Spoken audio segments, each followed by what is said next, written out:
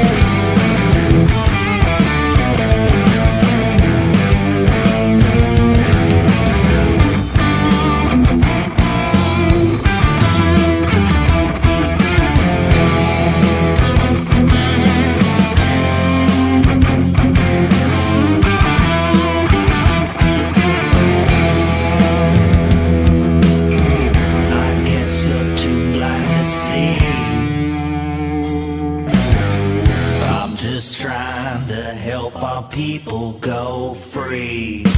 I guess I'm too blind to see. I'm just trying to help our people go free. I'm just blind to see. I'm too blind. I'm just trying to see people go free. I'm just trying to see. I'm just trying.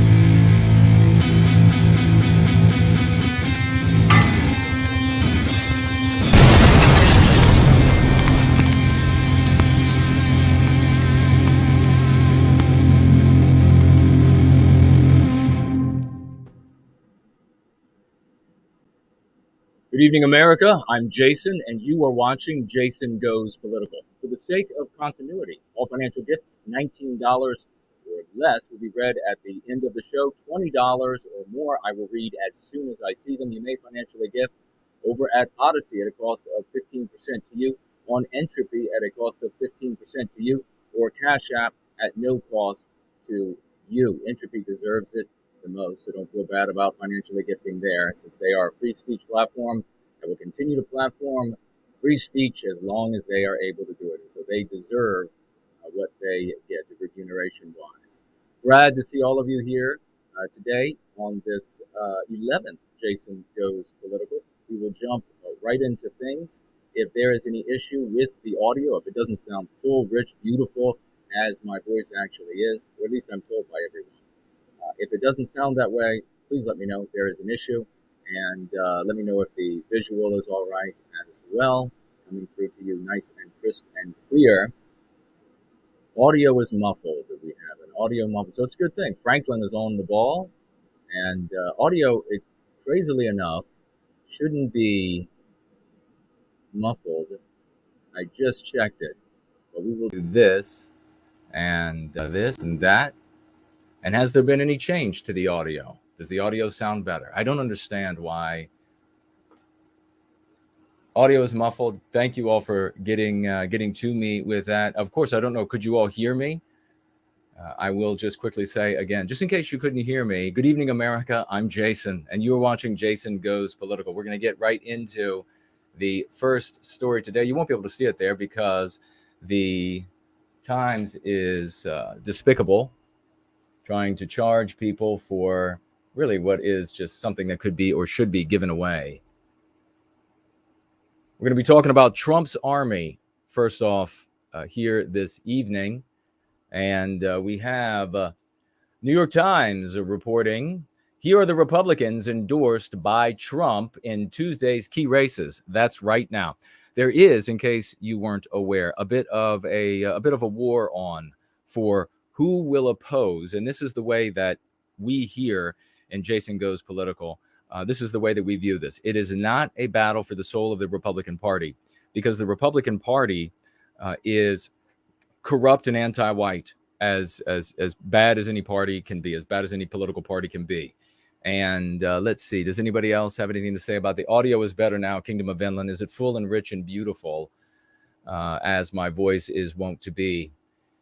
Let me know if it continues to fall below that standard, and we will do what we can to address it. But before we go any further into my description, or my description, explanation of what we have to do if in the United States, for example, when it comes specifically to those who oppose the Democrat Party, which of course their ideology, the Democrat ideology, is anti-whiteism. And what do we do about the Republican Party? What happens there? Donald Trump really needs to bring me on board so that we can fix things and win finally. But we're going to begin with a 07s and raucous emojis. 07s and raucous emojis. Yesterday I did a jump in, go free. Didn't have the time to do it, but it was the time to do it. So I pushed things aside for just over an hour, just barely over an hour, believe it or not. I jumped on and live streamed. If you missed it, you'll be able to see it in my different playlists that are available to everyone. You'll be able to see that video. I jumped in. I was talking about Sydney Watson. She had done a video. She had used some of the lexicon, and she was talking about this new attack by anti-whites. It's not brand new, but it's new in the sense of some of the older meme pathogens that we have identified and study and seek to cure ourselves of. And this is that your tears, specifically the tears of white women, because not very many white men cry, at least cry openly. But one anti-white non-white guy did point out, include homosexual white men on that list as well as what for white women tears, because they use their tears as well. And the anti-whites are saying your tears are a method and means and vehicle and tool of oppression of non-white people. So in other words, we broke it down to demonstrate that as we went through Sydney Watson's video that she had posted already, just hours after posting it, nearly 100,000 views. We jumped in there, we congratulated her. We jumped in there, we pointed out that really what was happening here was that the anti-whites were demonizing our expressions of suffering, our expressions of misery, our expressions, etc., of lamentation. They were demonizing those things as tools of oppression, so that as we cry out in pain, as Western kind continues to be white erased from our civilization, this country, this United States, that only exists because it's in us, it's nowhere else in the universe. As we cry out in pain, they want to be ahead of that and say, these are symbols too of oppression.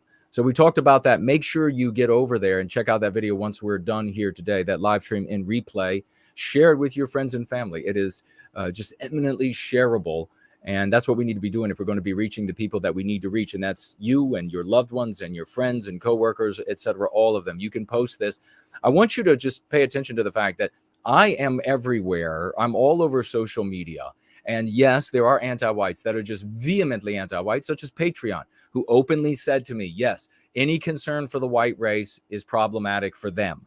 And that's why they finally kicked me off the platform. It wasn't because I had looked at the warts of other races or been white negative, focusing on how other races might be bad or what have you, just loving our people. And they said, no, that's too much. Having said that, I'm all over all of these different platforms. What should that mean to you? What should that mean to Sydney Watson and whether or not she decides to appear with us in an interview? Well, it means that obviously the things that we are saying don't get you censored off the platforms, right? You should be able to put two and two together. You should be able to say to yourself, I'll be able to share this on Facebook because he shares it all over his Facebook. I'll be able to share this with my friends on YouTube because he shares it all over YouTube. It's all over Minds. It's all over, etc.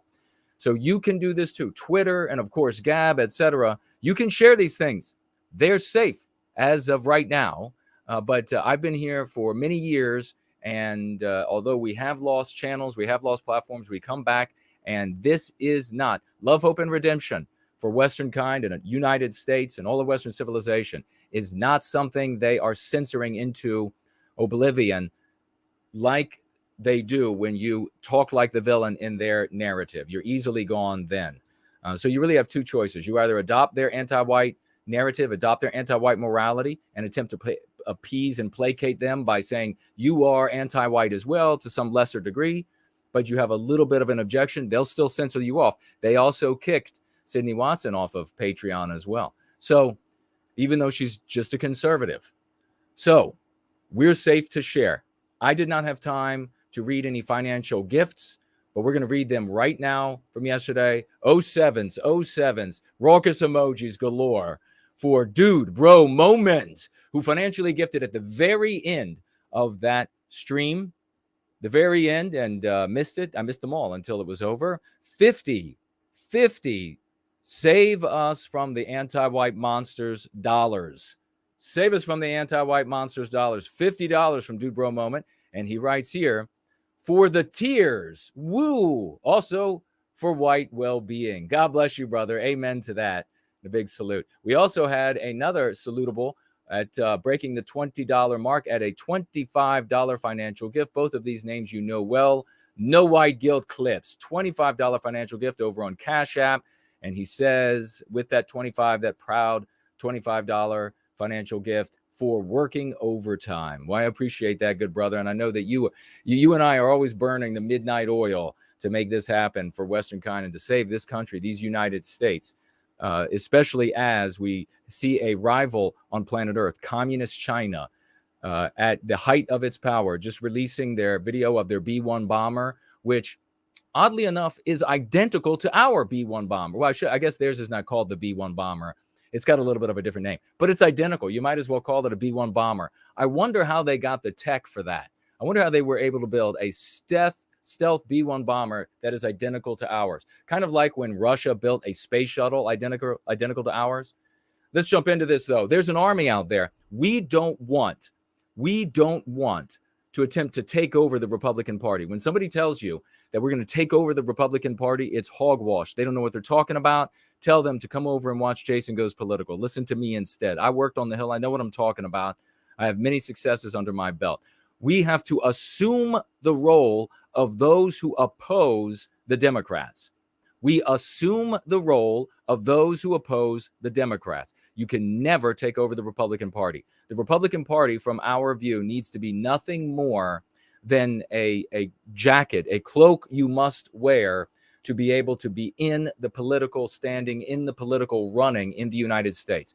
This is a very important distinction, because taking over the Republican Party is utterly impossible. You have to back into this. You have to back into this as the entity that which contends with the Democrats, those who vote Democrat. These are anti-whites from top to bottom. But we're going to go ahead and read, because Trump's out there creating his army. And so we should be in and aware of the fight that's taking place for the soul of that which contends with the Democrat Party. Says here, scribbled in the New York Times, here are the Republicans endorsed by Trump in this Tuesday's key races. Tuesday's primary in Arizona, Michigan, and a handful of other states will be the latest test of former President Donald Trump's long list of endorsements in competitive races. Mr. Trump has endorsed more than 200 candidates across the United States, many of whom ran unopposed or faced little-known, poorly funded opponents. And this is the anti-whites, the Democrats, over at the New York Times, getting out in front of the losses that they are going to experience. They want to get out in front of the losses and say, well, obviously the people Trump backed were going to win, because most of these people are just little-known, poorly funded entities. That's Bravo Sierra.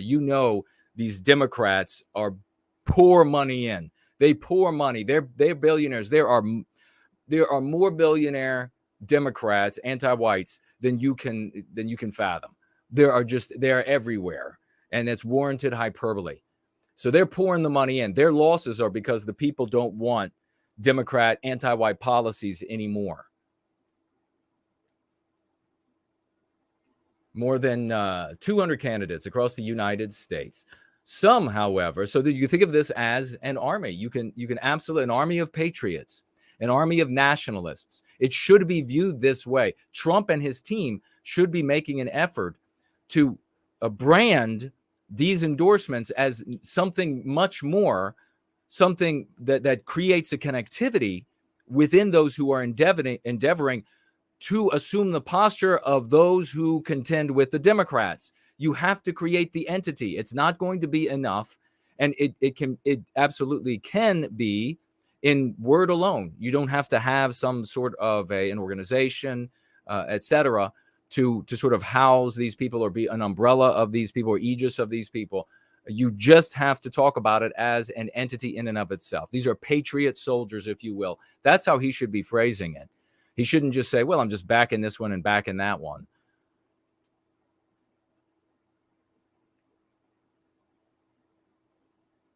Some, however, of these 200 patriot warriors have faced well-funded rivals with powerful allies. Now, by the way, saying that they should be branded this way as patriot warriors or what have you, something of this nature, patriot statesmen, that does not mean that everybody that Trump has backed is somebody that we would want to support. In fact, there are candidates that we would not want to support. Those can be strategic endorsements, but ultimately, you can't have the ideology of the individuals who are being endorsed by Trump amount to overwhelmingly a sentiment such as inclusive populism or just basic bitch Christian nationalism, which we discussed here last week, is not racial and therefore will not address the victimization of Western kind in the United States. And if you do not identify the victimization,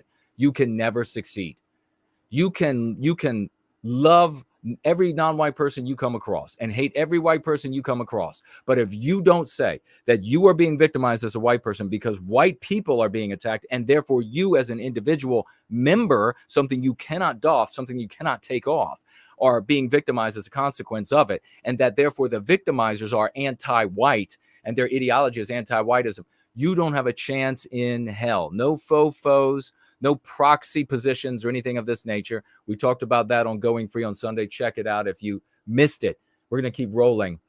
More than 30 states have already hosted nominating. And so this, by the way, this is like a throwaway by whatever scribbler this is at the New York Times of, well, there are some that's good, because when they say, well, most of these are just these people that Trump have set his endorsements against, they're just poorly funded, not funded, unknown, etc. And then, of course, somebody would counter and say, oh, really? What about the 5 million given to this and the 10 million given to that? So they want to throw in there. Some of them are well funded, though. More than 30 states have already hosted nominating contestants, and Mr. Trump has scored more wins than losses. He got early victories with J.D. Vance in Ohio and Dr. Mehmet Oz. I didn't know that was his name. Dr. Mehmet Oz in Pennsylvania, but also lost key races in Georgia and suffered other notable defeats. Here are some of the candidates. And of course, what we're talking about here, who is this? You have to see this in your mind. You have the Republican Party, the rhinos, if you want to call them, traitors, if you want to call them, child molesters, if you want to call them, whatever it is you want to call them. You have the Republican Party.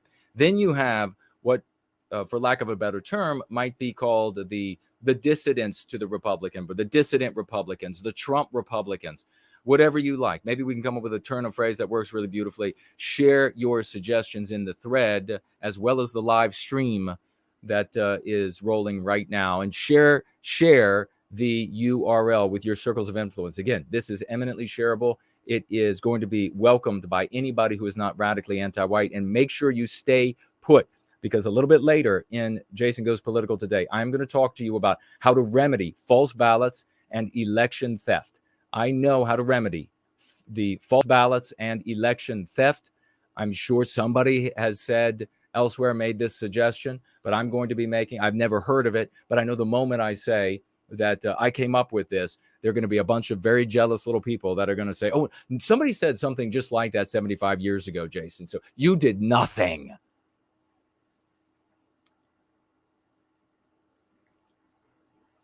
Here are some of candidates.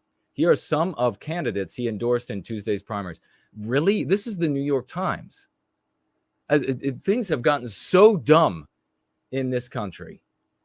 Arizona, in the Republican primary for governor, Kari Lake, a former local television news star, emerged as the early front runner. But polls show she hasn't expanded her base. Does that mean she's still the front runner?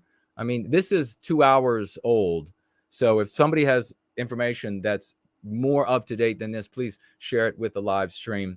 But so she was leading, but she hasn't expanded. Why would she need to expand if she's already leading? But okay, let's go. A more traditional Republicans. So traditional Republicans. So pedophile Republicans or whatever else they might be. Rhino Republicans, including the term limited Governor Doug Ducey, have rallied around Karen Taylor Robson, who's going to rob everybody in the state, rob Western kind and all the good non-white people in the country of our freedoms, of our liberties. And how will she do that?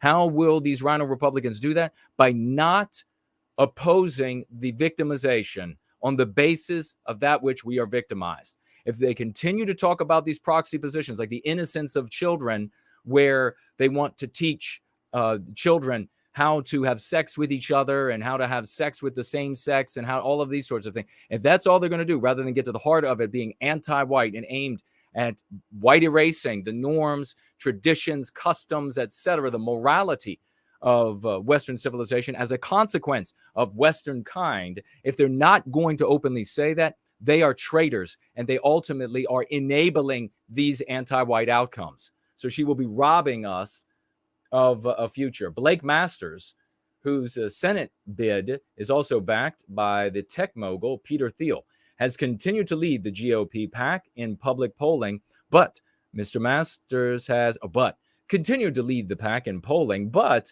Mr. Masters has faced sustained competition from two other candidates, Mark Branovich, the Attorney General, who has come under fire for not buying into Mr. Trump's election conspiracy. You imagine this. This is the president, former president of the United States.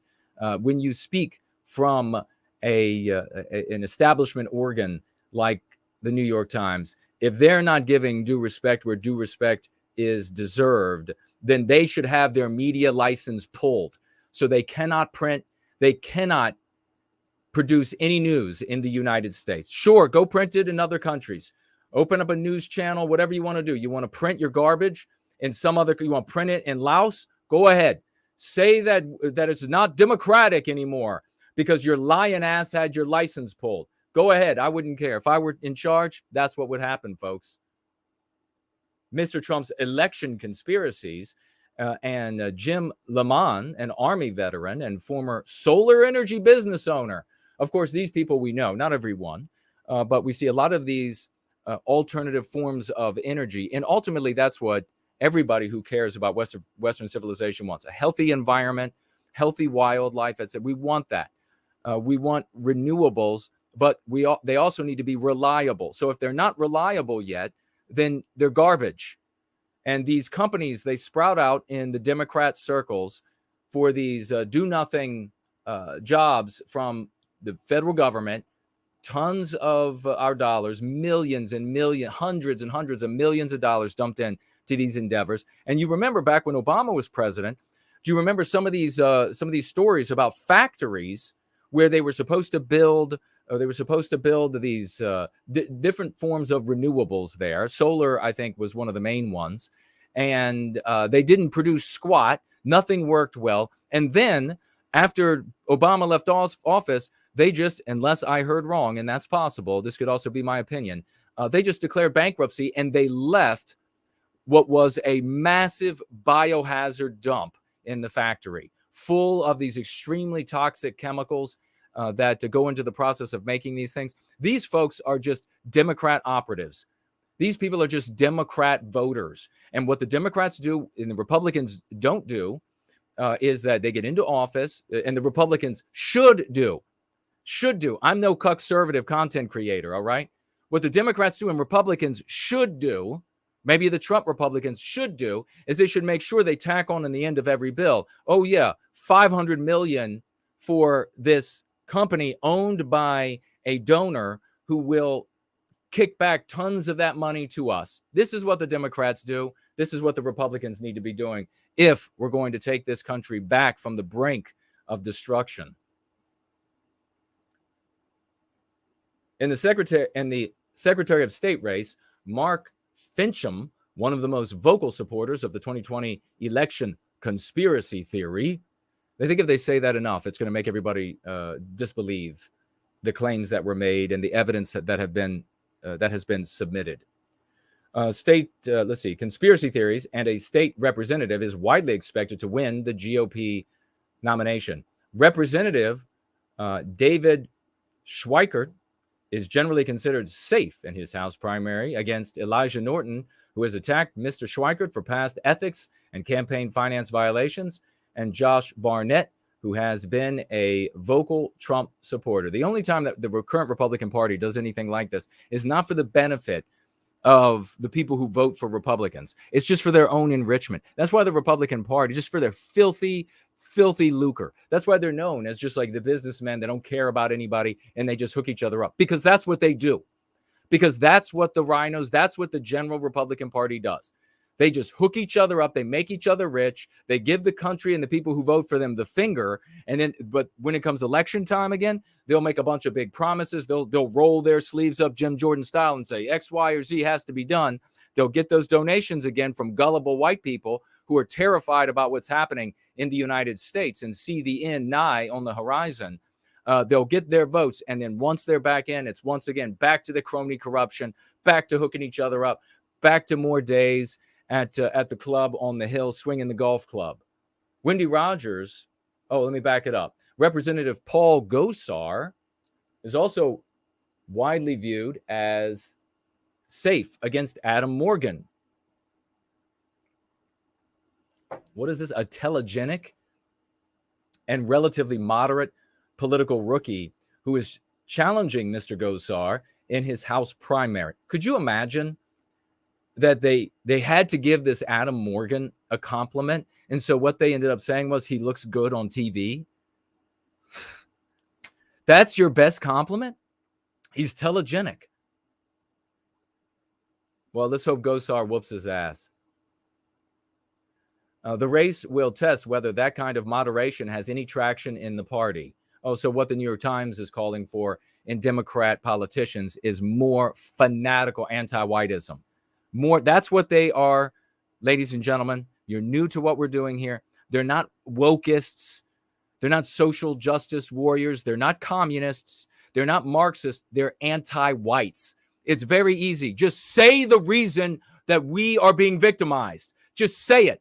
Because your inability to see color, the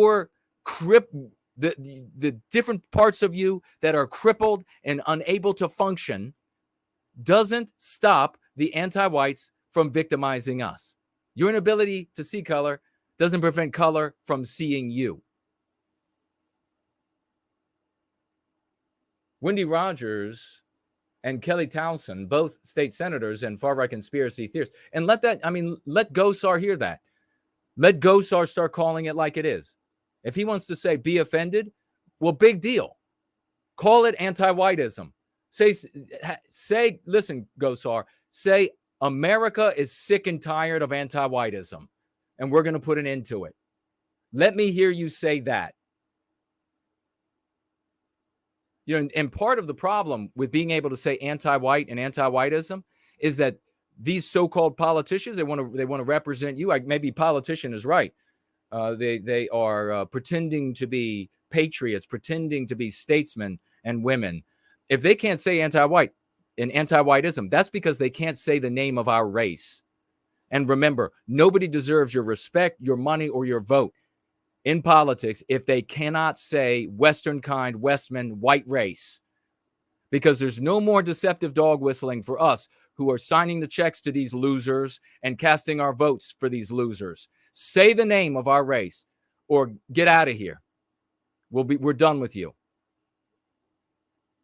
Wendy Rogers and Kelly Townsend, both state senators and far-right conspiracy theorists, will square off after redistricting put them in the same district. Mr. Trump has endorsed Ms.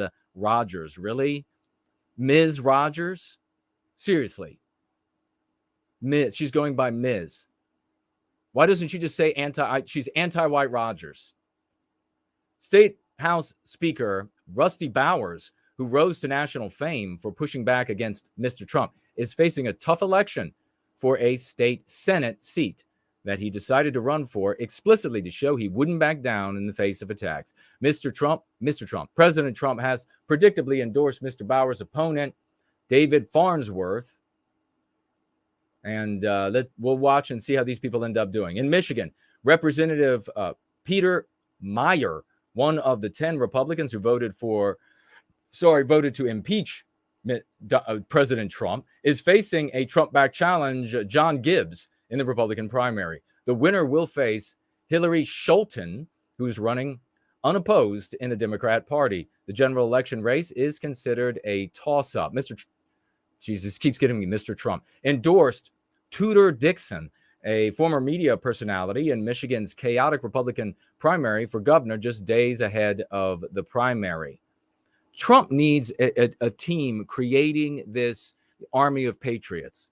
That's what he needs. And everybody he endorses is considered as a member of this, this fictitious, in name only, if nothing else, army of patriots that are going to reclaim the position of defending against the Democrat Party.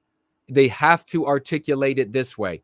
People in the population will see and understand, there is this contending entity to the leadership of the corrupt leadership of the Republican Party. If it continues just to be President Donald Trump, supporting or backing somebody in a race, then no one will see it as anything more than sort of an individual selfish endeavor of Trump to get people in office so that he can have a fairer shake, maybe, so that he could have some success if and when he runs again or participates otherwise in government again. You've got to make people think this. Another thing that it does, when you create this oppositional entity, when you do this, not to take over the Republican Party, but to assume the posture of those who contend with the Democrats. Let the view of Republicans be, okay, those are your country club folks that are just stealing from people. They're just using the title Republican. We are the real defenders against what the Democrats are doing to the United States. The other thing it does is it puts an expectation on the people he ends up supporting. Make those people do one of two things. Make those candidates do one of two things. Either they're going to renounce Trump because the expectation doesn't sit well with them, or they are going to embrace the endorsement because the expectation of being a part of the oppositional entity, things like you are going to actually be able to say white, and you're going to say that the problem is anti-white, so that we can get to the actual reclaiming of the destiny of our destiny here. Once you put that on them, then everybody can sit and wait to see, when are they going to say it? When is he going to say it? When is she going to say it? Why haven't they said it yet? That's the kind of pressure you have to exert, and it's got to start now, President Trump. Two other Republicans in key statewide races are not chosen by primary vote. Matthew DePerno, who is running for Attorney General, and Christina Caramo, who is running for Secretary of State, won the endorsement of the Michigan Republican Party at a convention in April and are expected to formally receive the party's nomination at another convention later in August. Kansas, in the governor's race, Derek Schmidt, the state's attorney general, is favored to win the Republican nomination, thanks in part to the endorsement he received from President Trump. In the general election, Mr. Schmidt is expected to face Governor Laura Kelly, a Democrat, who has nominal opposition in her party's primary.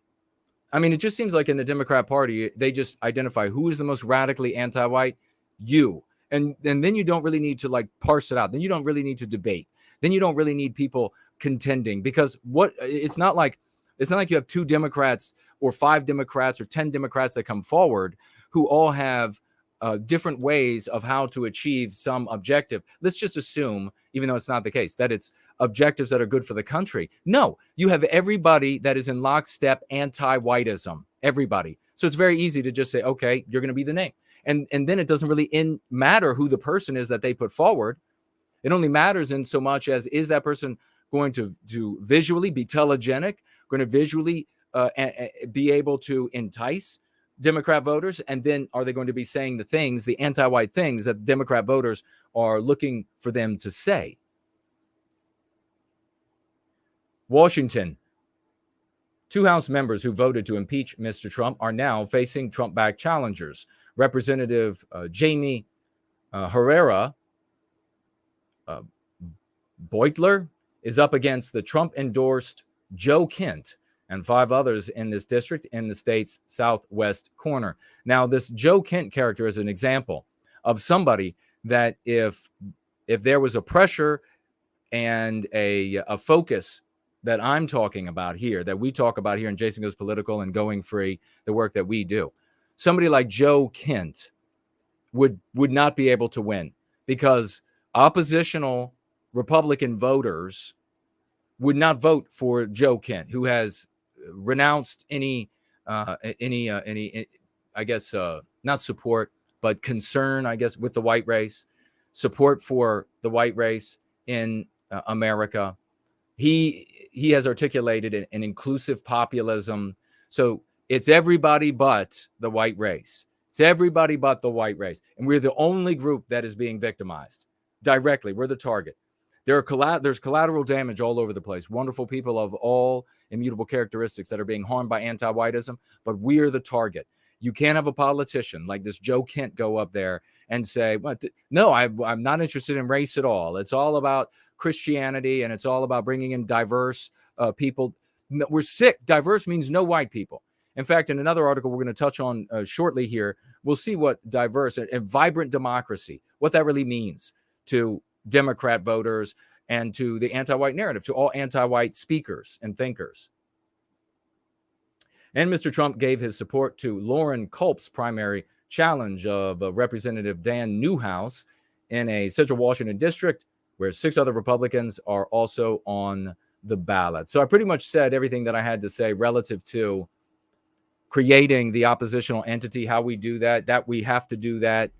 And this is really gonna fall to Trump. He could do it like this. He could create an oppositional entity in the blink of an eye. And if he doesn't do it, it won't get done.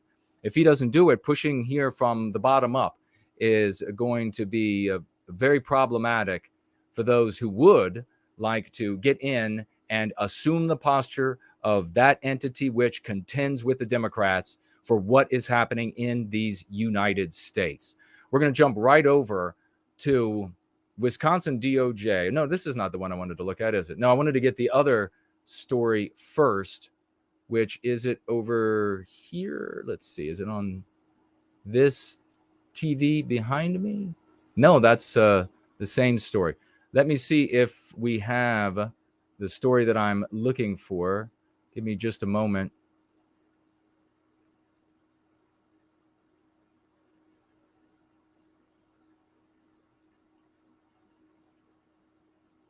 We'll start with this.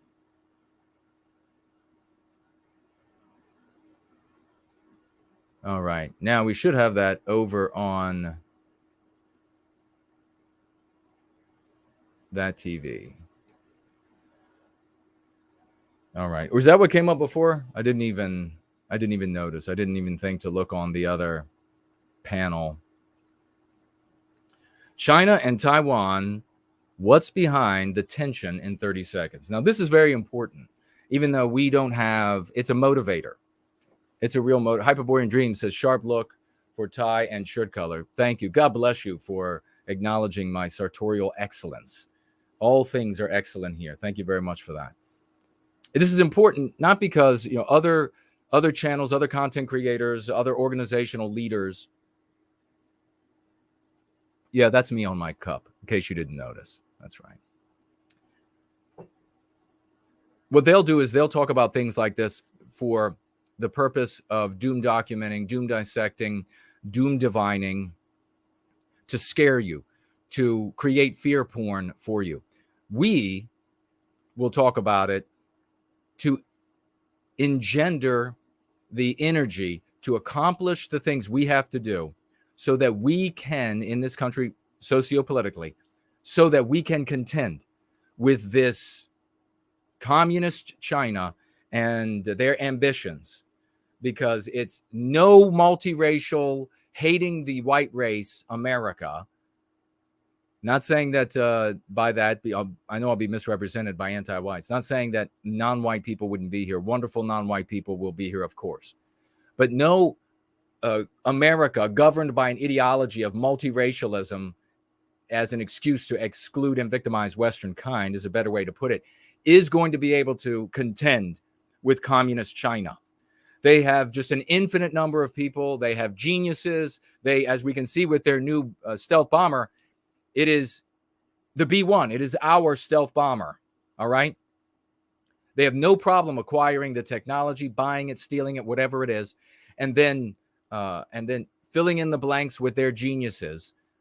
You are not going to be able to have a country. You're not going to be able to have the United States locked in cold and hot warfare with a powerhouse like the communist Chinese, masculine, absolutely dominated by patriarchy, by the, the Han Chinese. They're absolutely dominated by males in that country. You're not going to be able to have a feminine, effeminate, female, white-hating, anti-white as all hell United States contend with that entity. It's lost from the very beginning. And by the way, how many times have I said to you all, that throughout the world's history, every form of governance with males, with females, with etc., with attempts in actual physical warfare, how many times have I told you that they have all been tried? They have all been tried. And the reason it has come down to male-led tribes, and i.e., as you project forward from that time to this, countries, kingdoms, countries, empires, etc., we have gotten male-led, masculine patriarchies with male militaries, because those are what wins. Those are what dominates. Those are what creates nursery rooms out of countries and the wildlife and the law of the jungle, so that a bunch of women can feel safe and the children can feel safe. And that's a wonderful thing that we want to have happen. But what we now have across Western civilization, thanks to anti-whiteism, is all of these anti-whites, male, female, all these different races, white and everything else under the sun, that have come forward and they said, no, we want a matriarchy. Women need to be in charge, where everybody can come together and everybody can heal and everybody can sing songs and feel good about each other, and everybody's little things that might hurt them in the quiet of their heart we can look at and we can hug when they're crying. All that sort of bullshit is what is gearing up for warfare with China, communist China.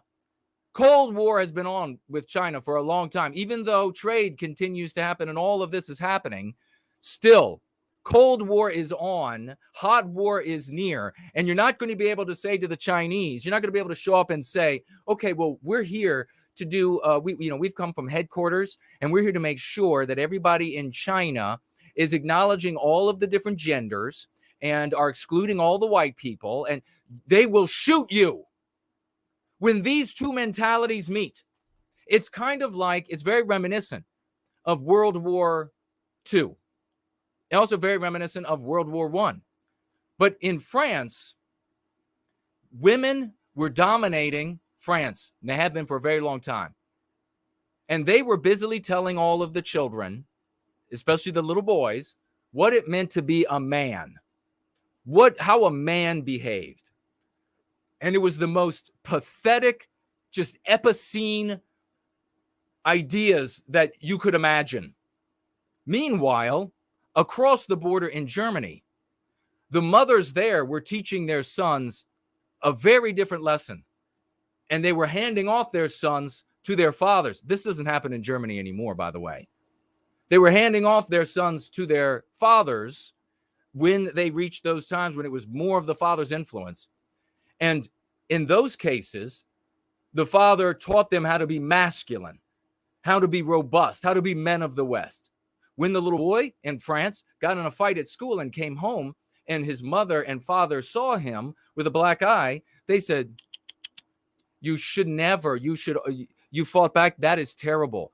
We're going to put you on restriction because you fought back. You are not going to be allowed to go out any longer until you've learned your lesson about being pacifistic. And across the border, when the little German boy came home with the big shiner in his eye, Dad and Mom said, what happened? Got into a fight. Did you win? How bad is the other kid? What happened in the jungle? Because that is what we're really in. All of this Western civilization illusion. They're turning the lights off, the traffic lights in Germany. I'm told. I don't know if it's true. I'm not there. You check it out for yourself. Civilization is crumbling all around us. What we refer to it as Western civilization. That's what I'm talking about. What happened in the real world of the jungle, the law of the jungle, when those two mentalities met in combat? The Germans went through them like a knife through melting butter. That's what happened. And that is exactly what will happen when this matriarchy-led United States, this gynocentric, female-led United States, gets into conflict with the patriarchy of communist China. It will be a bloodbath for us. And just like the French, they used to make the jokes, they don't talk about it anymore because they know what you're thinking about it. But when the giant riots over there in France were kicking off many years ago, and all of these anti-white non-whites and the white anti-whites that joined them in the streets began rioting and burning and everything, Saturday Night Live, even that anti-white show, did a skit where they had somebody playing the president of France, and he showed up and it was very official, and he had his generals with him, and he said, we have a message for the rioters. Of course, we don't call them rioters. They are anti-white terroristic military battalions and divisions. He came out and said, we have a message for them. We surrender. And that was funny as hell because everyone knew it was true of France. Now France, finding a man in the West in France is as hard as finding one in the United States. I tell you what, if we don't get on top of recapturing our destiny, of capturing our destiny for the benefit of Western kind America and all the wonderful people of all immutable characteristics who live here, there will be a bloodbath like the world has never seen. And it won't be, I'm not going to go ahead and spell it out. We don't have time here. I'm not going to spell it out, all the details of how it can happen, because it can happen. I'm not talking about surrendering the United States or anything like that anytime soon to the communist Chinese. But there'll be a bloodbath nonetheless. And the control that so many, for the benefit of our people, for the civility of the world, that our ancestors, white men, secured for us on planet Earth, will be pushed right back to the borders of the United States. And this world will take on a very different posture, my friends. Let's get over to this. What's actually going on there? 30 seconds. It's actually a little longer than that, but we'll get to it. China and Taiwan, what's behind the tension? Unification is a key goal of Chinese leader Xi, and analysts say that that Beijing will invade Taiwan is higher than ever. The Chinese government claims Taiwan as a province of China and has not ruled out taking it by force. At the end of the Chinese Civil War, when the communists were killing 70 millions of people who were not good, they didn't think good communist. They didn't think the communist way. They didn't think the communist thoughts, and so they just got dead. That and other tensions and conflicts there. The Civil War in 1949, the losing government fled to the island of Taiwan, establishing the Republic of China, ROC government, in exile. On the mainland, the Chinese Communist Party, CCP, established the People's Republic of China. From the 1970s onward, many nations began switching their formal ties from the ROC to Beijing, to the communists. And today, fewer than 15 world governments recognize the ROC Taiwan as a country. The CCP has never ruled over Taiwan, and since the end of the Civil War, Taiwan has enjoyed a de facto independence. Since the decades-long period of martial law ended in the 80s, Taiwan has also grown to become, and here you have it, what anti-whites call a vibrant democracy. A vibrant democracy. Now, what makes them a vibrant democracy? What's the key factor that makes anywhere a vibrant democracy? No white people. Or so few, you can say no white people. That is the definition across Western civilization of what is a vibrant democracy. You can look to cities now. You can look to the investigations and articles, polls taken and conducted by anti-whites. And when they talk about a specific region, town, city, part of a city, when they refer to it as vibrant, when they give it these positive sounding names, what they mean is no or few white people. That's what they mean. It's the exact same thing as when they say it's a diverse area.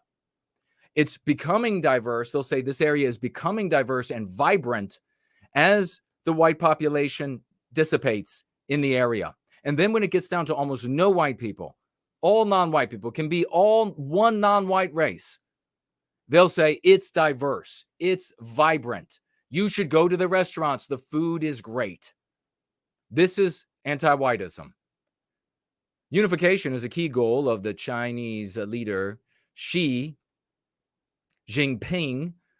The island's president, Tsai Ing-wen, has said Taiwan is already a sovereign country with no need to declare independence, but Beijing regards Taiwan's democratically elected government as separatists.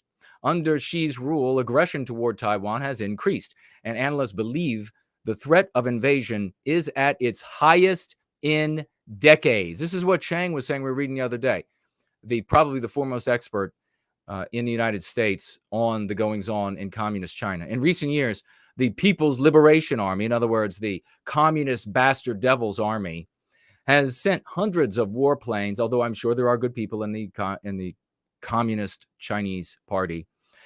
They have, where they've sent warplanes into Taiwan's air defense identification zone as part of greatly increased gray zone activities. So this is something that I guess the communist Chinese have just this new phrase. It's a gray zone. Your territory is a gray zone. There's going to be more and more gray zones. Gray zones into India, gray zones all over the place for the communist Chinese, which are combat adjacent, but don't meet the threshold of war. Taiwan is working to modernize its military. What a joke. And is buying large numbers of military assets and weapons from the U.S. in the hope it can deter Xi and the CCP from making a move. And that's all there is in that article. We will move on. And if you have questions or comments as we are rolling here, let me know, and we will get to those toward the end of the show. Let me jump over and see if we have pulled up the other story for you all. If not, I will just read it, and we can keep that story on the screen, which is fine with me. We ought to be able to pull that up, right? We can do that. It'll just take a second, take a moment. Let's do this.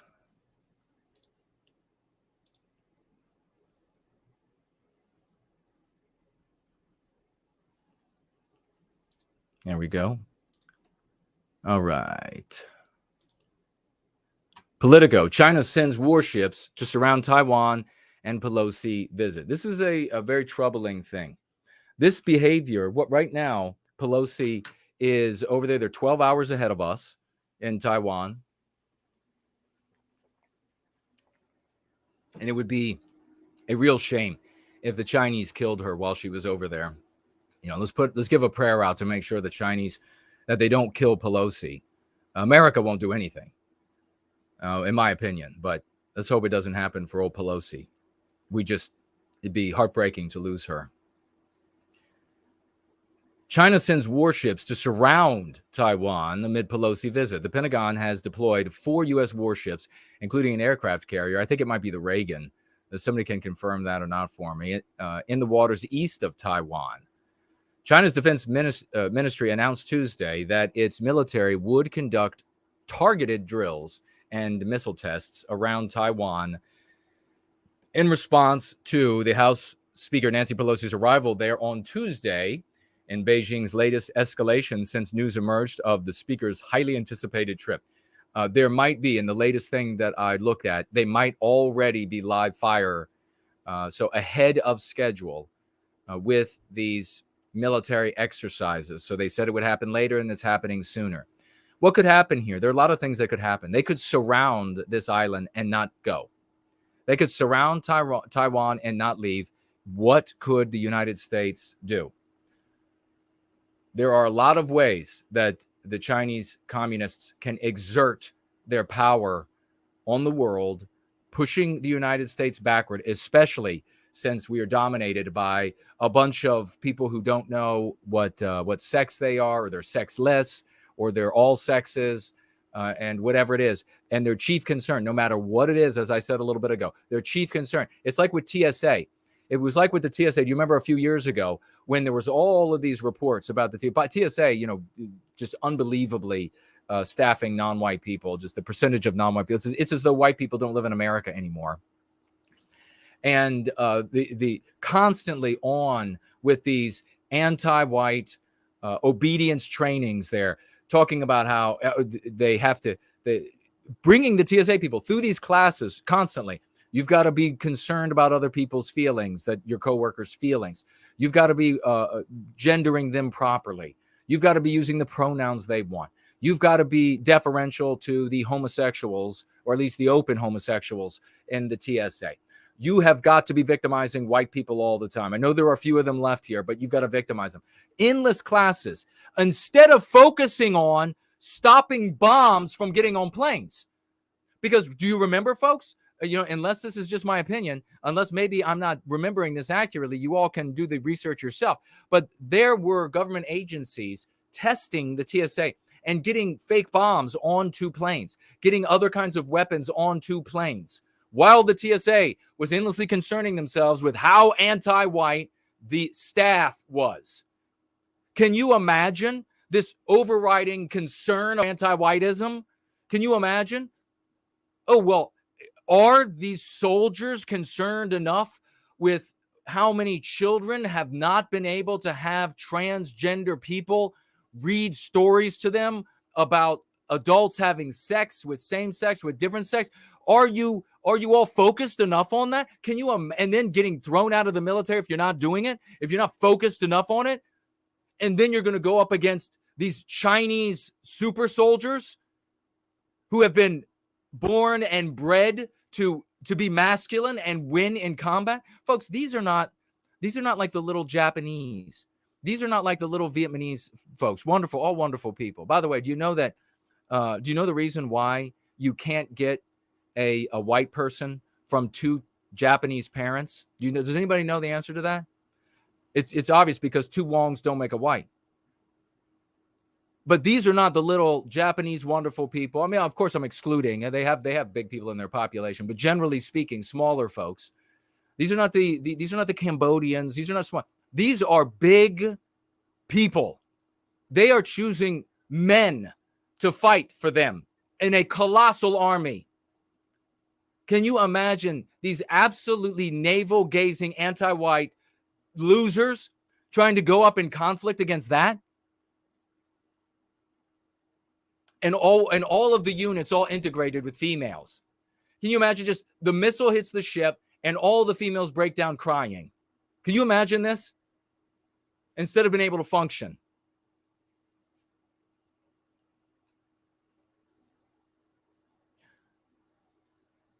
China's defense ministry announced Tuesday that its military would conduct targeted drills. The targeted military operations are designed to safeguard national sovereignty in response to Pelosi's visit, the defense ministry said Tuesday, vowing to responsibly thwart external interference and Taiwan's independence separatist attempts. One thing I have to say here, because I know there are going to be people out there that'll say, well, just let them have Taiwan. Who cares? Doesn't matter to us. Maybe it doesn't matter to you today. And since I don't have all of the information that we might need to make a really sound assessment of what should be done in that part of the world, or could be done for the benefit, for our security as the United States, I can't say for sure, and either can you. Maybe if you make me dictator of the United States, dictator and king and emperor of the United States and Western civilization, I look into the data and I find out, oh, Taiwan's thing is it's just a bunch of, it's a handful of rich losers that are invested there, and there's no geopolitical significance to the United States whatsoever. And in that case, I would say, well, maybe we pull the plug on Taiwan. But maybe, just maybe, there's a lot of geopolitical security reasons why the United States has to be there. Maybe there is. So there's no use in just trying to dismiss the fear of warfare with the communist Chinese. There's no use in just trying to dismiss it with, well, we shouldn't be there, let them have it. Experts raised alarms over the exercise, with some noting that the drills would overlap with Taiwan's territorial waters.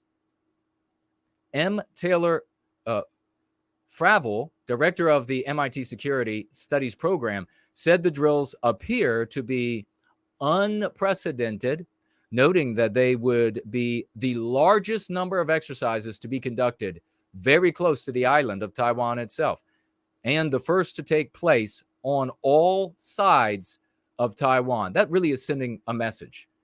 That's the Chinese, that's masculinity sending a message. What is the pressure from the White House? Now, obviously, the Reagan and whatever else sailed over there. There are some masculine forces still left, individuals still left in the military, still left in the Pentagon. But what sort of a amelioratory sort of capitulation do you anticipate from the epicene White House? I see them saying, how can we really harm white people here? How can we really tell the Chinese, that they really need to worry, they really need to concern themselves with the welfare of people in their population who might not feel entirely male or entirely female? And if you could just give us, China, if you could just give us a promise that you will care about these people, then we'll just go ahead and let you have it. I mean, that's the kind of thing I expect. That's the actual thinking I expect from the corpse in chief, rigor mortis to you, President Mortis to you. That's the kind of thinking I expect from them. The drills could also include Chinese missiles flying over the island, Freville said. Can you, missiles flying over the island. That's absolutely saying we are in charge, bitch. That's what the Chinese communists are saying. As we hit the top of the hour, we're going to try to wrap it up within the next 30 minutes. So if you have comments or questions, tag me, get it in. Financial gifts, get them in. I'll take a look. But tag me as No Why Guilt either way, and I'll be able to get to your comments and questions and your thoughts. In addition to provocation, 21 Chinese aircraft entered Taiwan's air. And don't forget that as soon as I'm done taking a look at this and giving my thoughts, I'm going to tell you all how to remedy false ballots and election theft. How to remedy false ballots and election theft. That's coming up. So don't go anywhere. I don't even need to be in office for this to be implemented and work. In another provocation, 21 Chinese aircraft entered Taiwan's air defense zone on Tuesday, Taiwan's defense ministry announced. U.S. officials, however, have concluded that China's threats against Pelosi, including a suggestion that her plane could be shot down, are nothing more than an intimidation tactic. Well, this is pretty intimidatory, isn't it?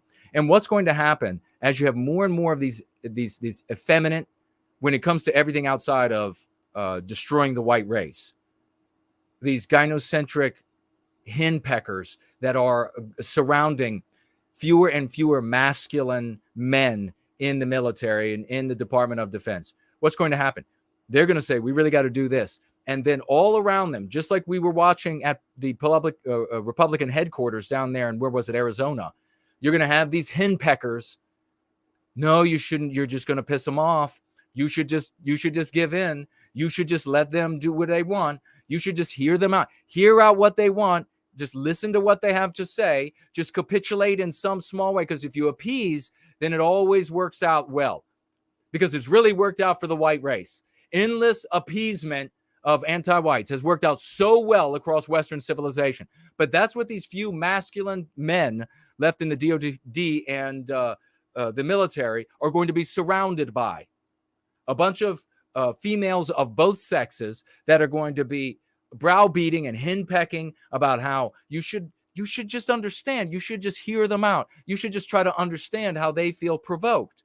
You should, and you know what is happening in China? There's no women.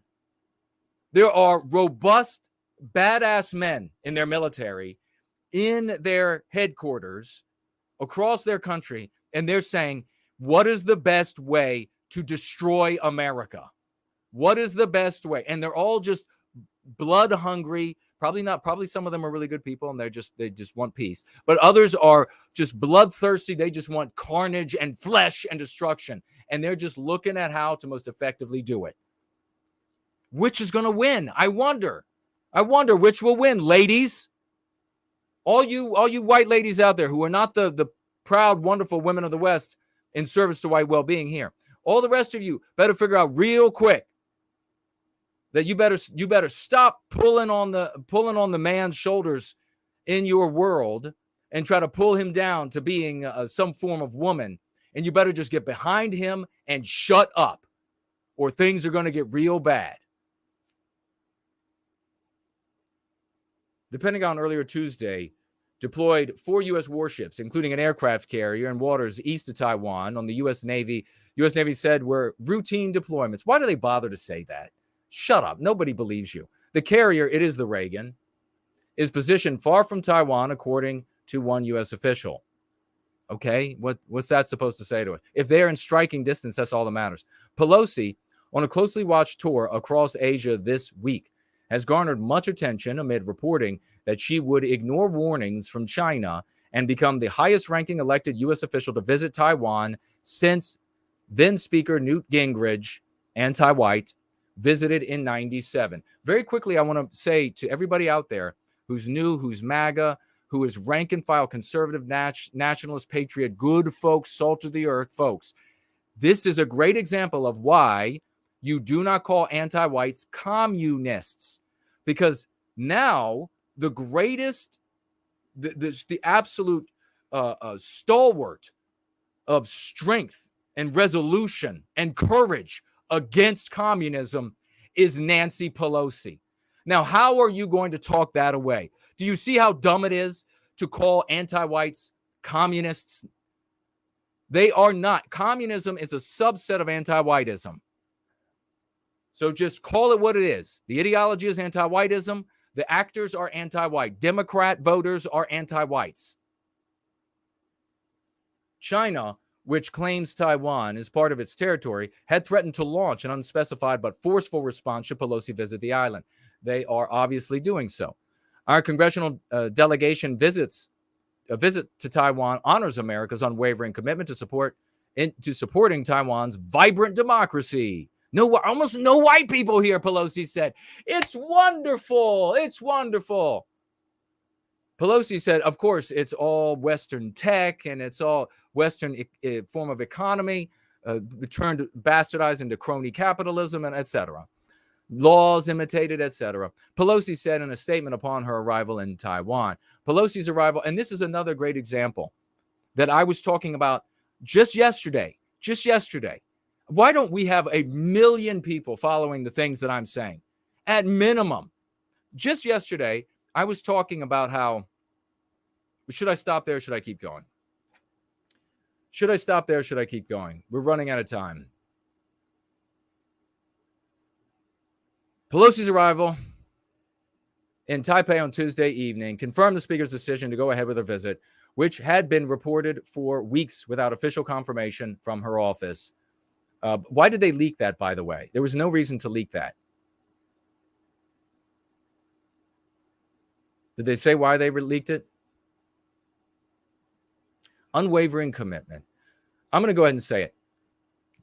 Taiwan exists because Western civilization exists.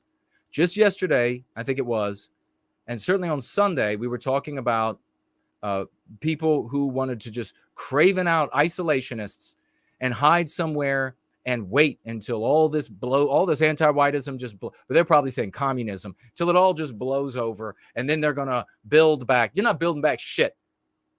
Or you're going to move to Chile, or you're going to move to one of these other countries because they're not as anti-white there, since they need white people, their money, and etc. And you're going to get massacred. You all are going to be ritualistically raped. You're going to be massacred, because when Western civilization loses its grip and its influence on planet Earth, its domination and therefore its influence, and that influence is the order that Western civilization, Western kind engenders on planet Earth everywhere, because we went everywhere. And I told you all when we were talking about this, we drew lines on a map so that we could organize and work with and make money off of and trade with and etc. All these different groups all around the world, because we couldn't do that the way they were naturally, which is lots of different tribes, some bigger, some smaller, some better, some worse, always at war, total instability, total fratricidal activity, corruption out the yin yang, as they used to say down home, leaders always changing every other season, a new leader, a new bloodthirsty leader coming to power. The West put an end to that around the world, because you couldn't conduct trade. You couldn't have business. The moment the United States loses its strength enough that its influence wanes and is drawn back, it's just like this atrophying old man's appendage that no longer works and is wrinkled to nothing. Once that happens, Taiwan is gone. Taiwan exists because the United States and the rest of the West wants Taiwan there. You think for a moment that there's going to be a vibrant Taiwan, a vibrant democracy in Taiwan with all these high-tech business and low crime, because it's mostly of one type of people or whatever?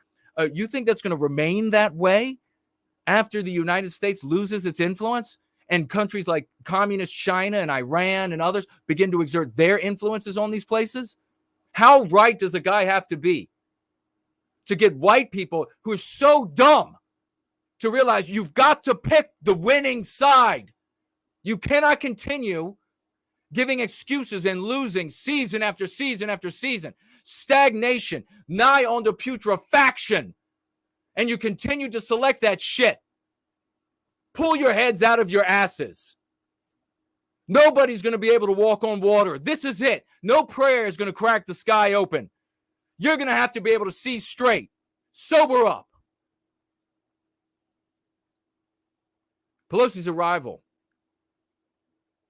in Taipei on Tuesday evening confirmed the speaker's decision to go ahead with her visit, which has been reported on for weeks without official confirmation. The highly anticipated visit had also spurred weeks of wrangling between the United States and China over whether she should make the trip. Chinese Foreign Minister Wang Yi said earlier Tuesday that U.S. politicians are playing with fire on the issue of Taiwan. Quote, "This will definitely not have a good outcome. The exposure of America's bullying face again shows it as the world's biggest saboteur of peace," he said. China's Ministry of Foreign Affairs also released a statement Tuesday saying that Pelosi's visit, quote, "seriously infringes upon China's sovereignty and territorial integrity." Quote, "These moves, like playing with fire, are extremely dangerous. Those who play with fire will perish by it," the statement said. Now, I know, folks, that the Middle East, that Arab leaders in the Middle East are known for just the most gross hyperbole. You know, they could say, you know, this other leader of the state, he doesn't like the way that we take care of the sewage issue. And so because of that, his blood will run through the streets of 1,000 cities. You know, I mean, that's just like the normal speech. That's how they talk. All right. That's my opinion, though. Who knows? Check it out for yourself. But I have not heard or read before that the Chinese talk like this regularly. That it's regular to say something like, "Those who play with fire, they perish by fire." And what you see with the United States, like the weaponizing of the US dollar, which was the dumbest thing that the government could have allowed the private Federal Reserve to do. The dumbest thing is to weaponize the dollar. This sort of aggression, then what they're talking about here, what the Chinese are talking about here, is exactly on the geopolitical scale the kind of thing that every husband, every boyfriend that lives with his girlfriend has to experience in those close encounters in those living environments. The absolute most reckless, the least thought through, explosive, nonsensical bouts of aggression from the females in the house. There's suddenly something wildly aggressive with no forethought. Just doesn't matter how it's going to end up. Chips can fall where they may. No forethought, maybe because it's not instinctual for most women. Not all women. Women of the West are different. Good women are different. Of all races are different. But most women, in my opinion, most women, they don't need to be able to think ahead like that. They are engineered to have a baby and then to take care of it for the first 10 years. They don't need to think ahead of what's the giant loss of life, the battles between the tribes, and the life and death of nations. That's not natural, in my opinion, for most. And so this is what you're seeing, in my opinion, by the leadership of the United States. How much more feminine does this have to get? And yet we still have these females over here just in your ear, in your ear all the time. Patriarchy, patriarchy. This is why everything's bad. We're finally reaching an age where we can have equality. And meanwhile, you have superiority socially, superiority legally, and it's just mounting more and more on top of that. Every day goes by. Just endless bitching in the ear of the white man.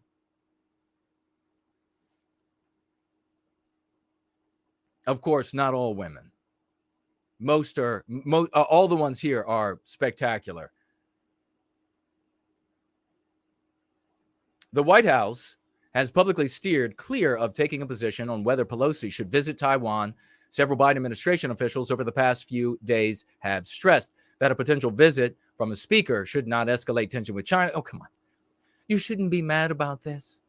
The aggressiveness, the coercion, quote, the aggressiveness, coercion, the increase in tensions in the last weeks and months have all come from the Chinese side. We will have said, what we have said is that there is no reason that the visit should escalate tension in any way whatsoever, National Security Council spokesman John Kirby said on Fox News, Fox and Friends Tuesday morning. Biden administration officials have also emphasized in recent days that the United States' official position on Taiwan remains unchanged and that Pelosi would be one of many of Congress that has visited Taiwan over the past few years. The White House said Wednesday that it has no interest in escalating tensions with China and that it, quote, will not take the bait or engage in saber rattling.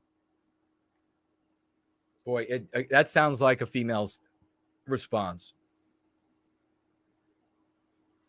You know, as she violently lashes out the United States. You know, this is another thing, calling the United States a she all the time. Maybe that's part of the problem. As she, the United States, lashes out recklessly, fanatically, with no forethought to what could go wrong, what could go bad, how it could play out, what ripples could it cause at that point in time and also in space. No forethought. Then when the man in the house, the fatherland of China, says in response, we're not putting up with this shit. Then all of a sudden, the woman in the house, America, she says, well, I'm not going to engage in that same saber rattling, that same name calling. Really, bitch, you were already doing the name calling. Really? I mean, do you see how you take these like personal encounters, this like sort of personal warfare, and you just magnify it up to the national stage, global stage? We don't support Taiwan independence. Quote, we don't support Taiwan independence, but we absolutely do support the right and the prerogative of congressional leaders to include Speaker Pelosi to visit Taiwan if that's what she wants to do. Well, I mean, a female wants to do something. So I guess we just all have to let her do it. I guess, and see, in China, that doesn't make sense. In the West, they're all like, oh, she wants to go? Okay, then we're just going to make it happen, right? All of a sudden, guys, you know how it is. Like, well, you got to go back. You forgot X, Y, or Z from the grocery store. You better get back in the car, and you better go all the way back, because even though you don't need it, even though she doesn't need it, it was forgotten, and you were supposed to get it, so you better get all the way back there. So all the men are going to suddenly jump up and say, how can we make this happen for Pelosi? She wants to do it. You know what? This is a great example of, in the West, that statement makes sense. In China, it doesn't make any sense at all. I'm certain of that. What we support Pelosi desiring to visit Taiwan, if that's what she wants to do. My God, China has to be absolutely furious and laughing their asses off. Kirby said on CNN after Pelosi touched down in Taiwan on Tuesday. They're 12 hours ahead, so it's dawn Wednesday there. The House Speaker said in her Tuesday statement that the delegation's discussion with Taiwan leaders, quote, will focus on our support for our partner and on promoting our shared interests, including advancing a free, open, Indo-Pacific region.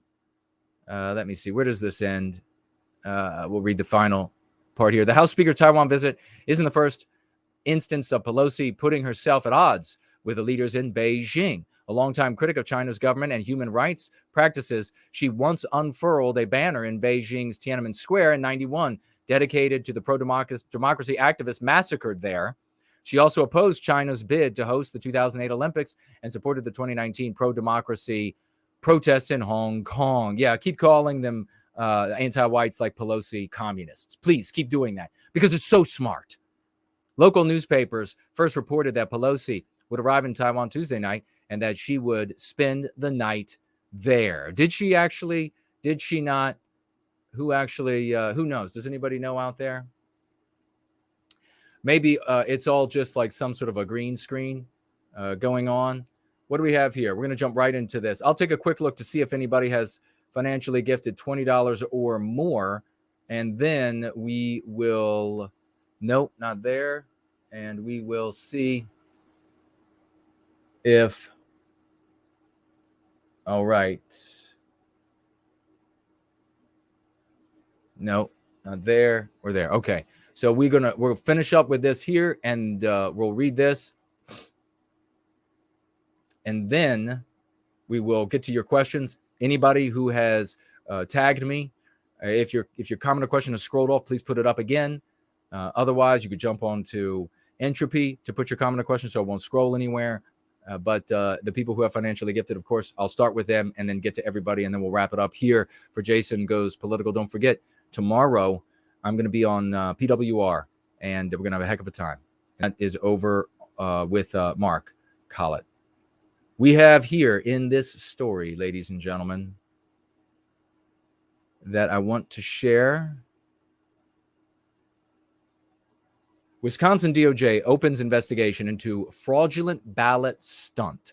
Now, I'm going to reveal to you in a moment how we can put an end to, how we can remedy false ballots and election theft, which, of course, since the Democrats win and anti-whites all the time, and anti-whites are in charge, whether they're Democrat and Republican, there has never been a stolen election in the United States. But we would like to prevent that from ever happening in the future.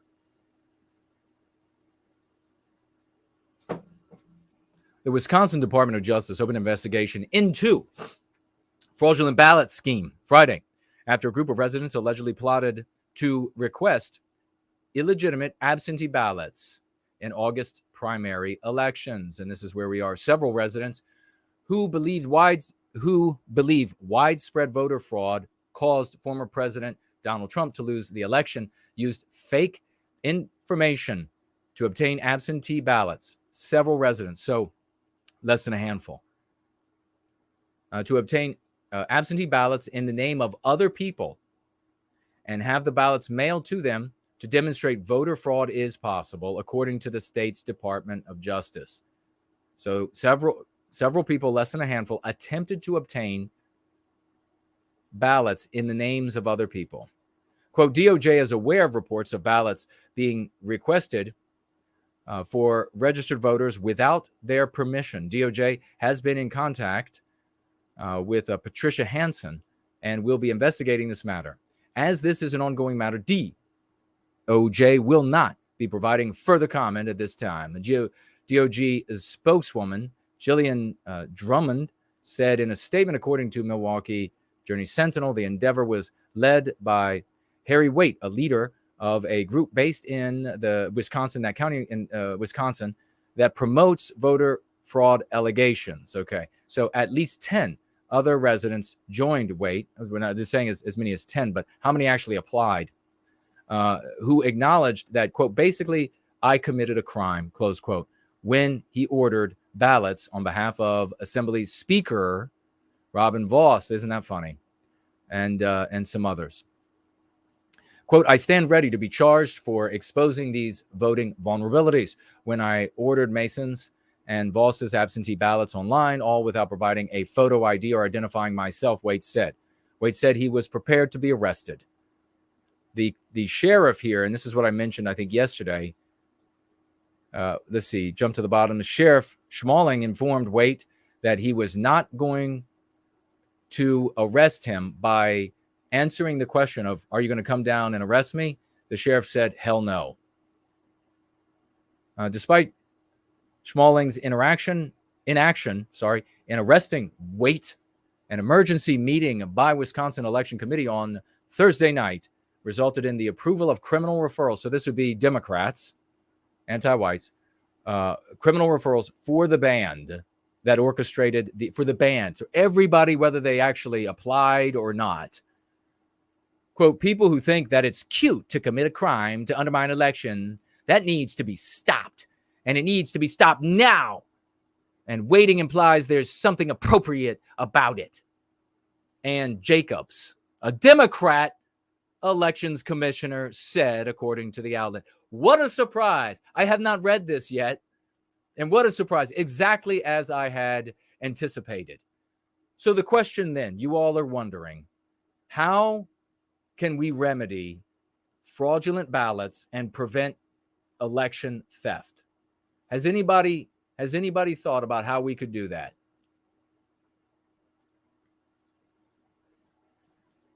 Has anybody considered how we might achieve that?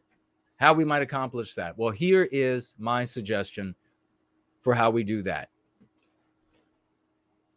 Republicans, or people who will vote Republican, patriots, nationalists, or maybe they vote Republican sometimes, not other times, smart people, resourceful people, of any of these groups, constitutionalists, whatever they might be, who will vote Republican always or sometimes or when they vote, who nonetheless in some way, shape, or form object to the Democrats and Democrat voters and their anti-whiteism and what they're doing to these once great United States. Folks like that, resourceful, smart folks, they need to do research in every locale. They need to research every locale, and there's been a lot of research already done by people who investigated how Democrats, they allege, created fake ballots for people who were dead or people who weren't citizens or people who were citizens, but that enabled them to vote many times or whatever it is. A lot of this research is already done. It's out there. It's everywhere. But surely there will be other places where no such research was conducted because there was no need. Maybe Biden won by just a whopping landslide, or Trump won by a whopping landslide. Still, research should be done in these areas to ascertain the safest ways to create fake ballots. If people like this, resourceful, smart people, did this all across the country, research the ways in which ballots might be faked, the safest way to do it, so that even the dumbest person could do it. And then they were to take this information, if this were to happen, and they would put this information everywhere on the internet. And I mean everywhere. And I mean even maybe mail it wholesale, drop it out of airplanes, whatever it takes, in a way that these smart, resourceful people could not be identified by law enforcement for doing this. And they were to make that information, just promulgate it to the four corners of the United States. And then, along with that promulgation,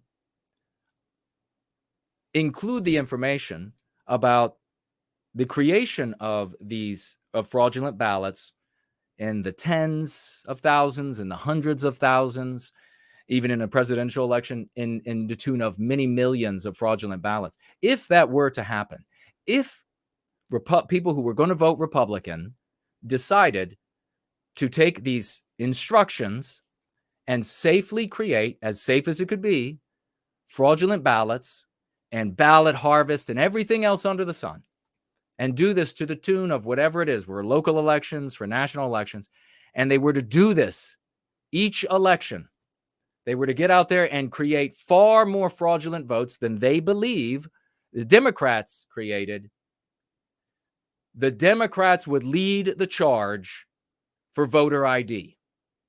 The Democrats would lead, and then it would happen. You see, because Democrats are immoral, unethical, anti-white motherfuckers, every one of them. And people who vote Republican are often vote Republican, not necessarily the big wigs at the top who are corrupt and enriching themselves. People who vote Republican are, by far and large, moral, ethical, law-abiding, tax-paying, salt of the earth, serving your country kind of people.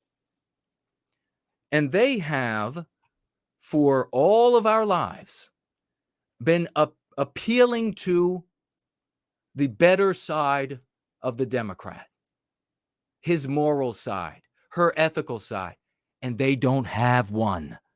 Not one, not even a modicum.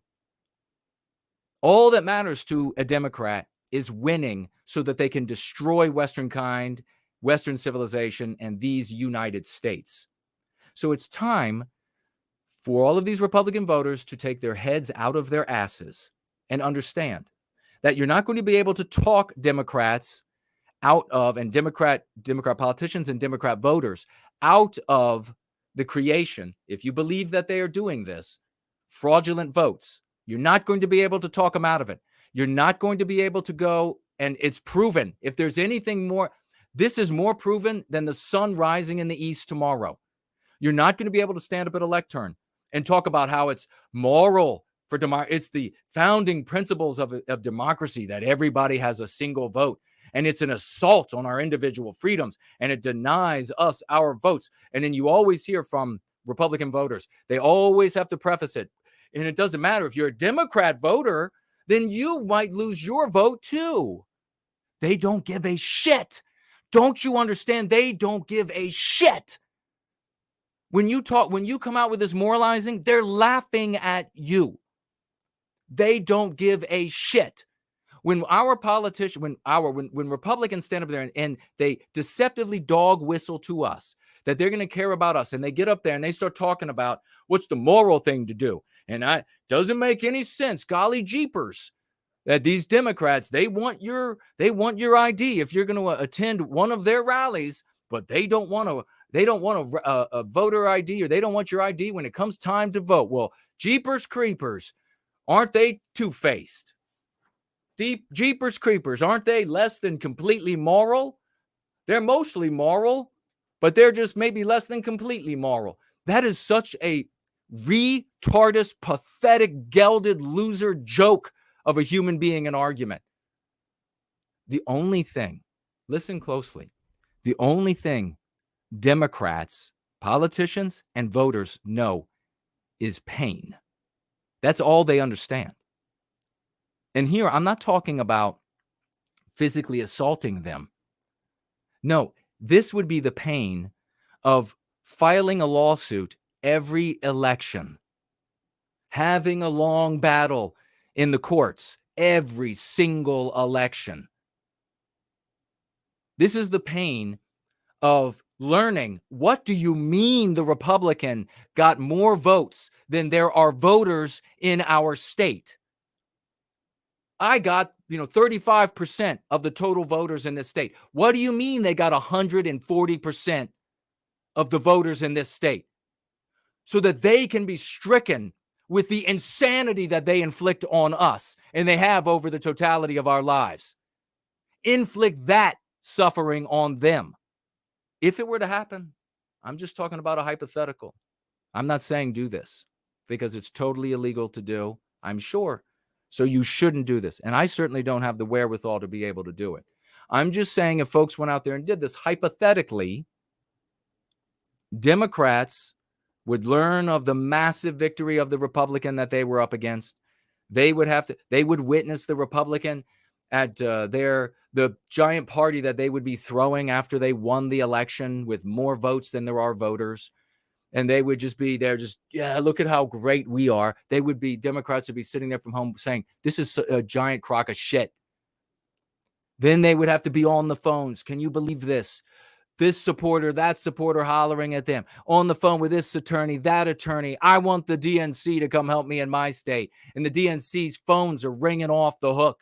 All of them wanting, you have to come to our state. You have to come over to us. You have to come spend money here. You have to supply us with your attorneys. You have to file in every court across this country so that we can challenge these election outcomes. And then the big gray period of how's it going to shake out? Is it actually going to be proven that there was fraud? Or are they not going to be able to prove that it was fraud, and the Republican who got 140% of the vote is going to get to keep the office? Democrats overnight will change the voting laws. It will suddenly get done. Everything they do gets done. Like we quipped before, if the people coming over the southern border, 70% were voting Republican rather than Democrat, the Democrats would have built a wall so high you'd see it from the moon. You'd be able to touch it from the moon. Same thing with voter ID laws. Same exact thing. Now, are there any billionaires who, on the side of liberty and justice and patriotism and love of America? Are there any of them that are going to step up as billionaires on the anti-white side, the Democrat side, and make this somehow happen? I don't know. Boy, I hope they don't, because it's illegal, and I wouldn't want to see that happen. But if it happened, that would be an end to voter fraud and stolen elections. You bet your bottom dollar on it. Let me see what you all are saying, and we're going to get out of here. We'll get to the announcements as well. Essentially, I'll just say for the announcement this. This is show number 11. This was a 10-show exploration of whether or not Jason Goes Political was going to garner enough interest to warrant me continuing to do it. And I think it has garnered enough interest to continue to do it. Now, I haven't decided yet whether it's going to continue to be every Tuesday. It might, or it might be most Tuesdays. And on Tuesdays when I'm off, I would just let everybody know it's not this Tuesday. Or it could end up being every second and fourth Tuesday of every month. Of course, with the possibility that I would maybe during a campaign season, as we approach an election, that I would just opt to do it every Tuesday, maybe even more than once a week, depending on what's happening in the country. But that's where I'm at. And I'd like your feedback. Also, for anybody who's going to give me feedback, I want with your feedback in the thread under this video, not in the live chat, because I'm not going to be able to find it as easily.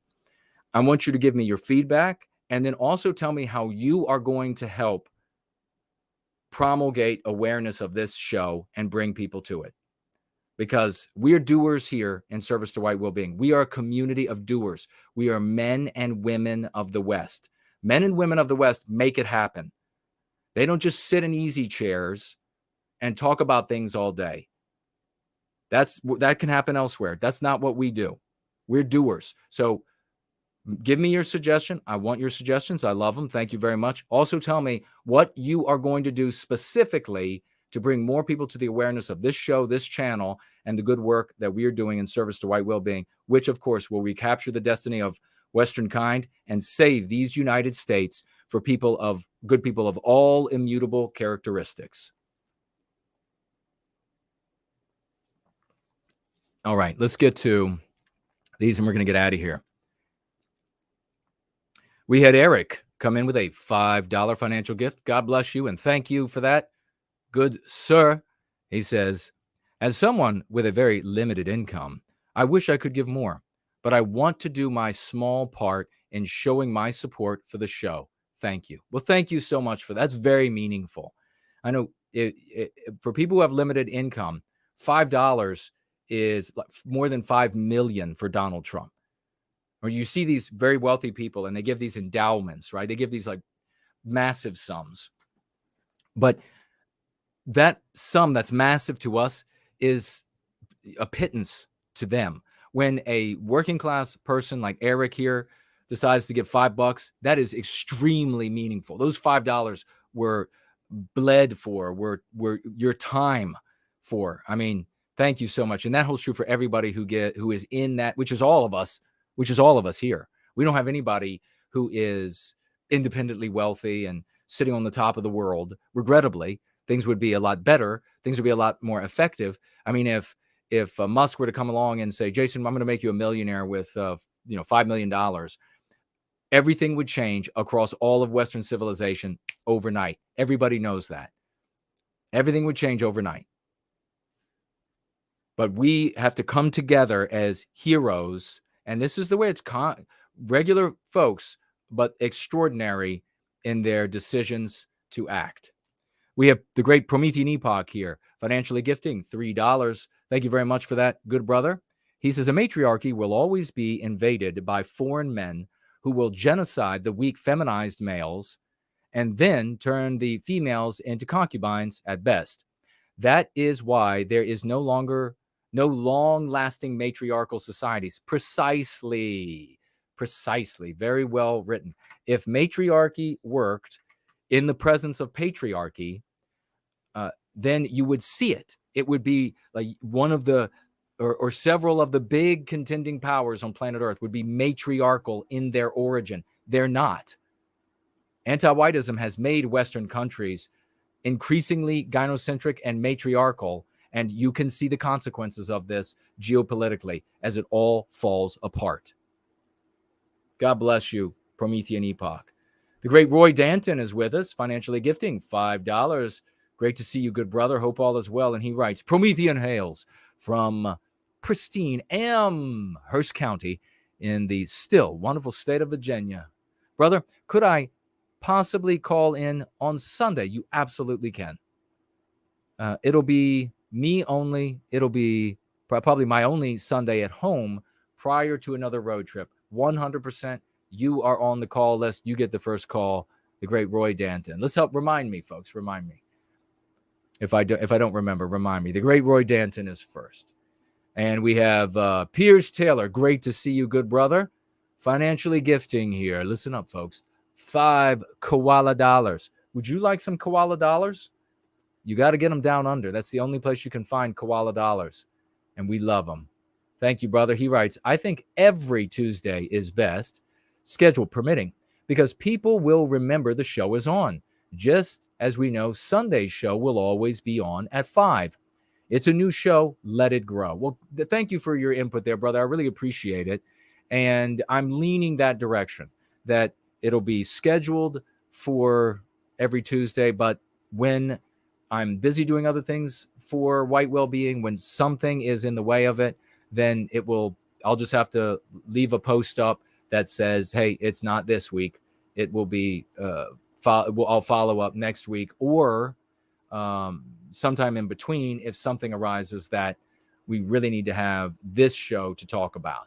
And I appreciate that. Thank you very much, good sir. That's probably the way to go. But I'm still trying to figure it out. If you have thoughts, folks, make sure you share them so that I can consider those as well.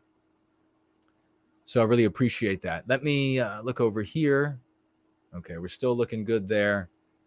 And check here. Refresh that. Hello to everybody over there on Odyssey. I think we almost have like a record number over there. Somebody needs to take it upon themselves, who is white positive. And don't be one of the people who are already doing 100 things. Be somebody out there that's not doing anything yet. Do something for the first time. Especially if you're one of these people who were doomed, just watching the Doom documenters, Doom dissectors, Doom divinators, and you did nothing but watch them and maybe give your opinion every time. Be this person. Reach out to the Odyssey team and say, what's going on? Why isn't this guy streaming all the time? Why isn't he being pushed to your entire platform?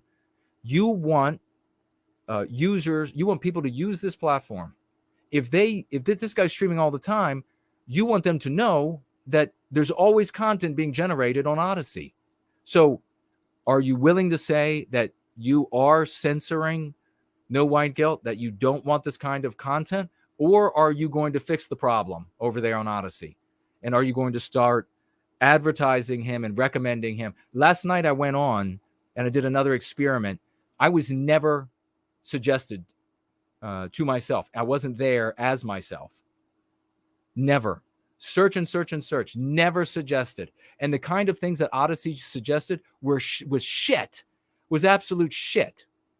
So don't tell me this is an alt platform that's fair when all the live and new and pertinent and timely material that we are covering on the streams that I create here is not being recommended. So somebody please take that upon themselves and don't just take one time ignoring them for an answer. Don't just take one response from them, some like dismissing response for an answer. Try to get to it. Try to figure out what the hell is going on. D-Live, we already know, and a big hello to everybody on D-Live, that D-Live discriminates and censors me and my streams. They took away my ability to receive funds on that platform a very long time ago. They never gave me any of those higher levels of partnership, despite qualifying there in all the ways that you had to qualify. So DLive is anti-white. We can 100% say, I know for sure, DLive is anti-white. So the fact that this is on at all, they're not pushing it to anybody, obviously. But the fact that there are only 2 viewers over there, we're lucky that it's even streaming there, I guess we should say. I guess DLive is saying, well, we'll let you stream in here only for people that you bring here. And then if that number gets too high, well, we'll just delete your channel. That's probably what's happening with those anti-white bastards over there. We'll need some legislation. We're going to have some legislation. I'm going to tell you what, DLive, we're going to have some legislation. If I get into office, we're going to have some legislation. Your ancestors and descendants 6 more removed from where you are today will be able to hear you moan in the difficulty, I'll put it this way, that I will make you experience for the censorship of yours truly. I take it personally. I take it personally. When I get into office, if I can destroy that platform, I will. If I go into office, if I can destroy your platform, I will. And certainly my legislation to tax the living shit out of you as a platform of censorship will be implemented. So everyone that works there, all of your janitors, your folks answering the phone, anybody who works there, any of the owners, you will be taxed at such an exorbitant rate, you won't want to do business anymore. You'll be classified as a platform of censorship, as a manipulator of the public mind. Have you heard a politician talk like that before? Maybe that's what we need. A lot of people expected Trump, when he got in office, to make a big change, and he didn't. Why didn't he? I don't know. I wasn't on the inside to find out. But we need a statesman there, and Andrew Jackson there, that is going to say to these platforms, oh, really, DLive? Turning the lights off. Turning the lights off. If they could do it in other places around the world, if anti-whites can do it to us and our platforms, oh, you better believe that we're going to be able to do it back, because you're not going to be facing sewing circle Republicans anymore. All right, blank there. Didn't miss anybody. All right, let me check out you all in on YouTube, and then we're going to be getting out of here. Got a great show. Glad that you all showed up. Nothing but champions in the live chat. Wonderful to see you. Serene says that Noodles 1980 sent me. Well, thank you very much for sharing that. And a big debt of gratitude to Noodles. I think Noodles was the one. There was a bit of a misunderstanding. He was talking about the price of ammo, and we have to be careful about that sort of thing. Noodles was actually just talking about the price of ammo, I think, and not trying to be provocative about it, or evocative about it, I should say. But here we just can't talk about that, even when it's totally benign, because they are anti-whites are watching and looking for any reason to shut things down. I appreciate that. Thank you, Noodles. Lunder, Mr. Lunder says there's 1 or 2 videos on YouTube that explain how a naval invasion of Taiwan would be costly for China. The island of Taiwan is a fort. I don't know that they would be, that the Chinese would launch a traditional naval attack on Taiwan. I'm not sure that that's what would happen. I think that if I had to just throw out a couple of thoughts before, one thought, because we're almost out of time, I would say that they would probably ring the country with warships. They would probably use less than lethal weaponry on the island, and the people would all be in misery and suffering. And there would probably be some smart bombs and surface-to-surface missiles that would be used to hit inside the country, but they wouldn't. The warfare that they are planning, in my estimation, is not going to look like World War II warfare or Korea or what have you. But I get your point, and thank you for that. They've prepared otherwise. All right, what is this? Waylon says, I like Jason's rants. I appreciate that. I might see my name in there as I scroll through, But otherwise, if you want my attention, you have to tag me as No White Guilt. Brad says, love angry Jason. I'm there much of the time. Lunder says, best Jason is ranting Jason. Thank you for that.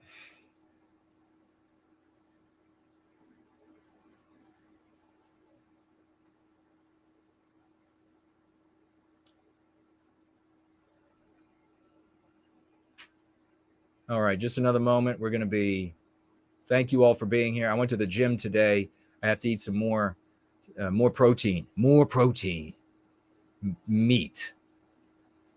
2 gyms I went to today. I see that our great troll slayers are present. Thank you to our troll slayers for being here and watching out.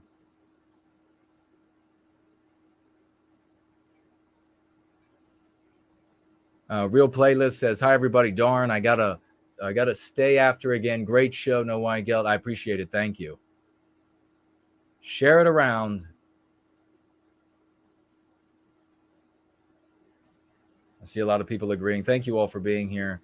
Roy says, please continue doing the show. Do it once a month. Might be great to avoid overwhelming people with content. Oh, I see. Okay. Yeah, that's a thought there. I don't want to give too much content for people to catch up on. No White Guilt Clips is here. Great to see you, brother. And he's asking, why 2 gyms?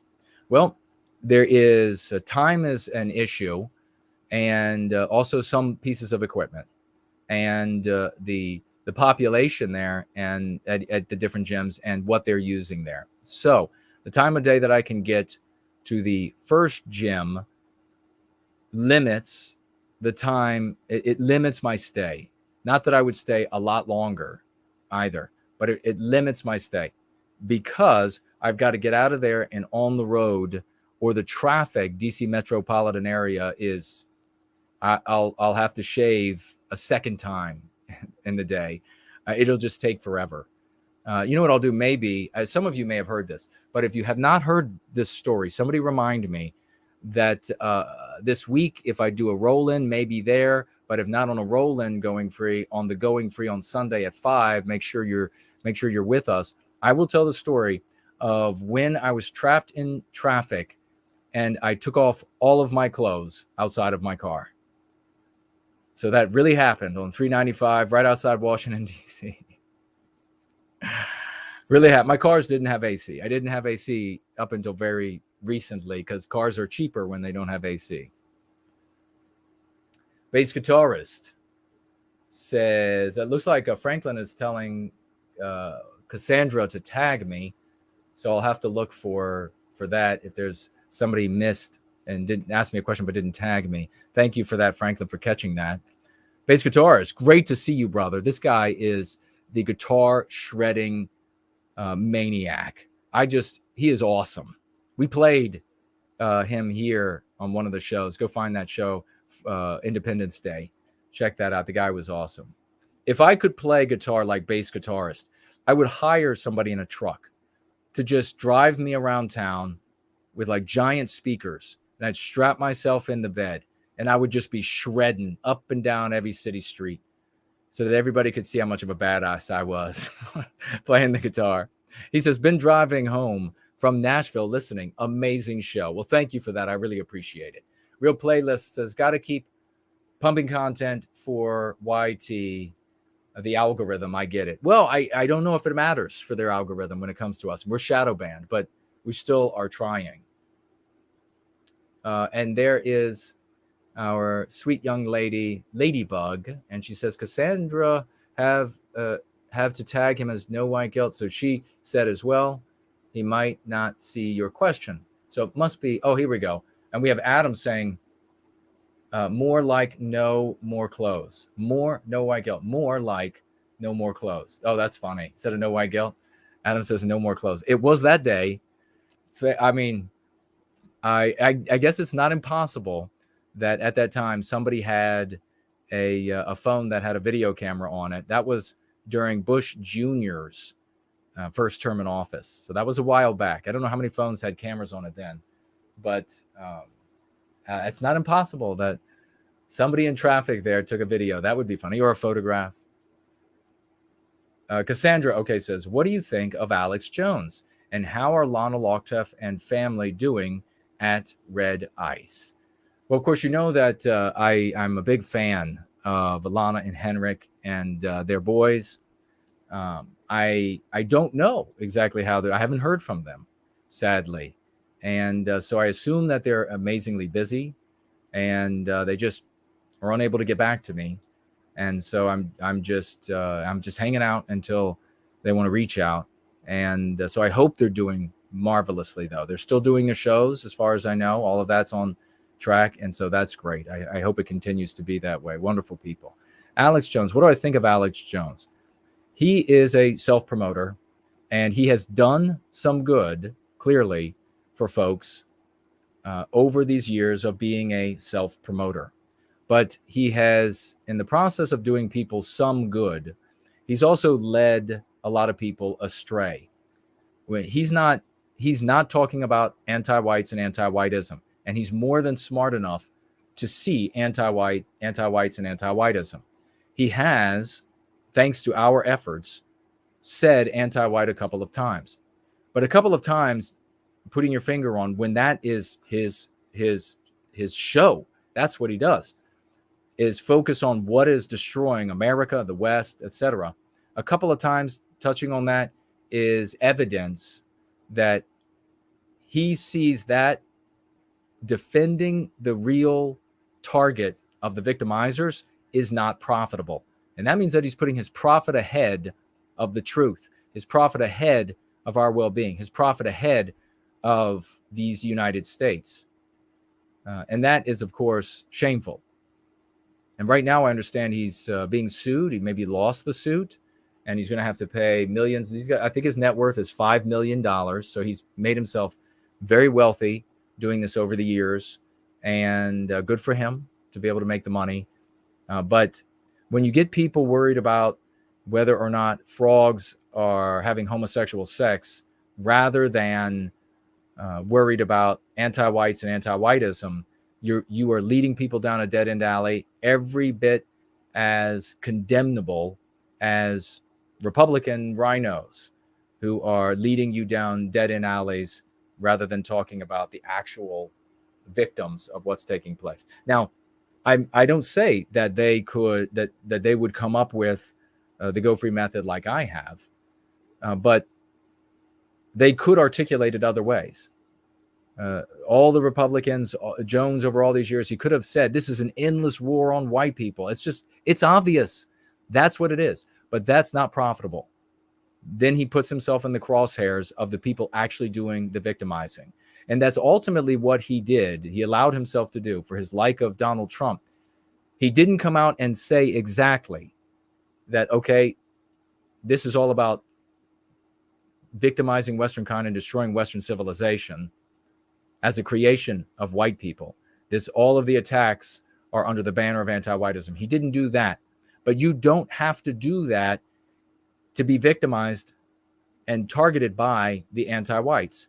All you need to do is get in the way, even partly, of them victimizing Western kind and destroying the creation of Western kind, which is Western civilization.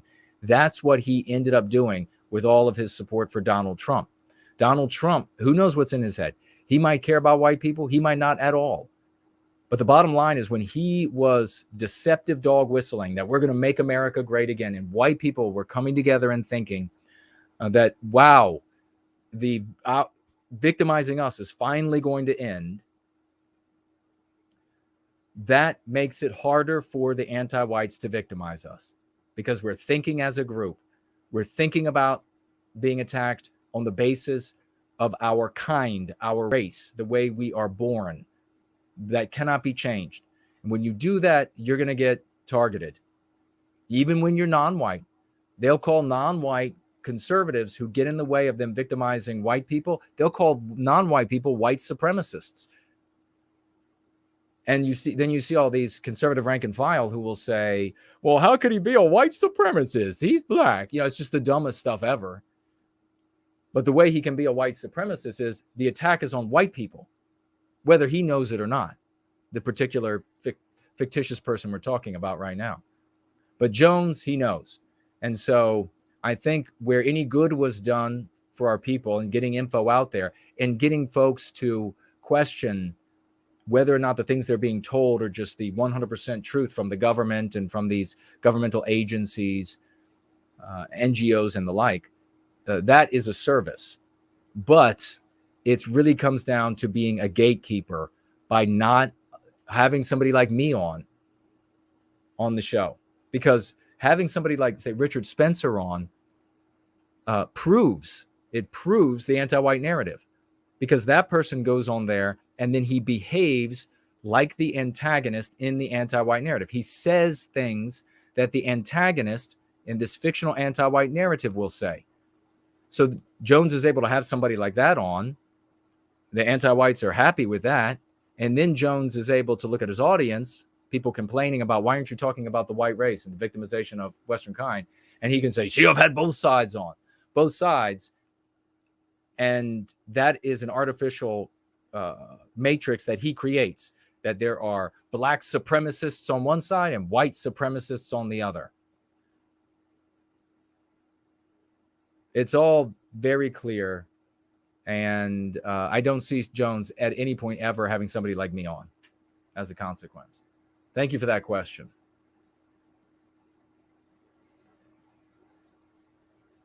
All right. Looks like that's it over there. One final check here. And here is good. And what about over there?